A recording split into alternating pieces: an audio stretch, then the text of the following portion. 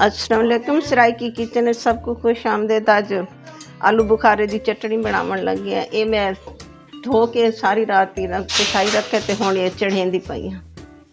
1.5 kilo विच पानी है, आधा किलो आलू बुखारे थे। इधर 6 किलो मैं खंड पा ली सा। ये डब्बा पूरे 1 किलो का है।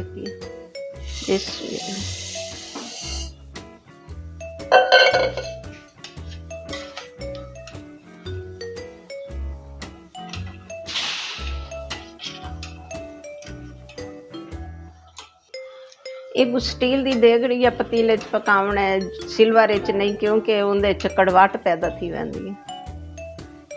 ये खट्टे होंदे ना तां वास्ते। आधा किलो खंड विच बई पा ले सा, क्योंकि खट्टा बहुत है। मीठी चटनी बनावनी है ना आलू बुखारे दी। बेस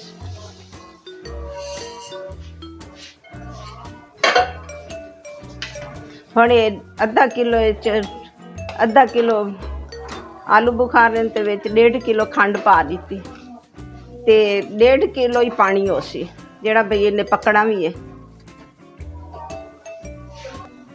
ये थोड़े लाल रंग पा दे सी।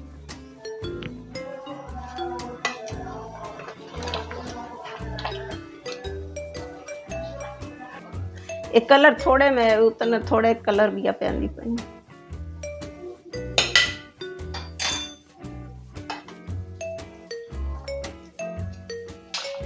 किशमिश में धो के पा ले सा, क्योंकि मिट्टी लगी होंदे तो इन्हें धोवना जरूरी होंदा।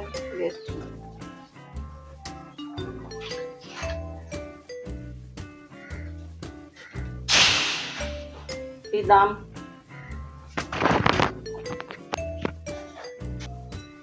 विच मैं बादाम पा दे सा। बेस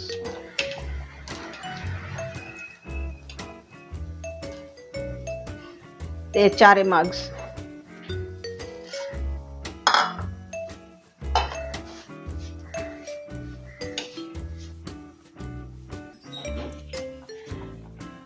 शीरे को उतने तक पकाओ जब तक शीरे दा मोती ना बन वने। ये देखो शीरा बिल्कुल पक चुका है, मोती बनते पे, फैलदा नहीं पिया। एक मैं हुण बंद कर दे सा चूल्हे को।